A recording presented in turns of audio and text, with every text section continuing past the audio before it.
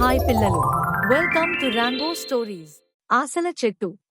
పవన్, గణేష్ ఇద్దరూ ఒక రోజున వాళ్ల ఊరి ప్రక్కనే ఉన్న అడవిలోకి వెళ్లి దారి తప్పారు. అడవిలో అంతా తిరిగి అలసిపోయారు.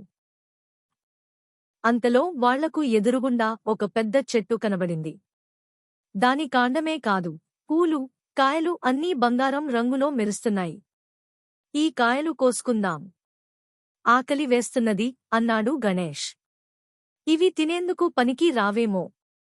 ఇక్కడ ఒక్క పెట్టెకూడా లేదు చూశావా అన్నాడు పవన్ తను చుట్టూ కలయ చూస్తూ. కొన్ని కోసుకెళ్దాంలే, మా తాతకు తెలీని చెట్టు లేదు.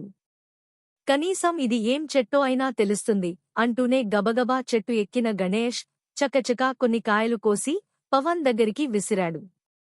పవన్ వాటిలోంచి ఒక కాయను తీసుకుని కొరికి చూశాడు. కాయ చేదుగా ఉంది. చాలా గబ్బు వాసన కూడా. గణేష్ కూడా దిగివచ్చి ఆ కాయని నాకి చూశాడు. ఛీ! అందుకనే వీటిని పెట్టెలు కూడా తినట్లేదు అంటూ తాము ఏరిన కాయలన్నీ పడేశారు ఇద్దరూ. ఒక్క కాయని మాత్రం తీసుకెళ్దాం. తాతని అడిగితే ఇది ఏం కాయో చెబుతాడు అని ఒక్క కాయని మటుకు జేబులో వేసుకున్నాడు గణేష్.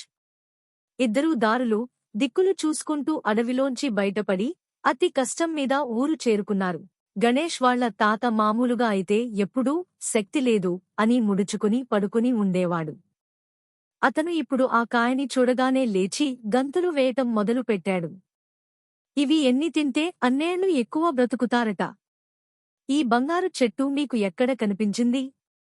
నన్ను అక్కడికి తీసుకుపోండి అంటూ పిల్లలు బిక్క మొహాలు వేశారు. దారి తప్పటం వల్ల అక్కడికి వెళ్లగలిగారు గాని మళ్లీ అక్కడికి వెళ్లే దారి తెలీదు వాళ్లకు. అయినా ఇది ఒట్టి పనికి మాలిన చెట్టు తాత. వీటి కాయలు ఎంత చేదు, ఎంత గబ్బు. భరించలేం. బంగారం అయితే నేమి, వెండి అయితేనేమి? ఇది ఒట్టి ఆశల చెట్టు.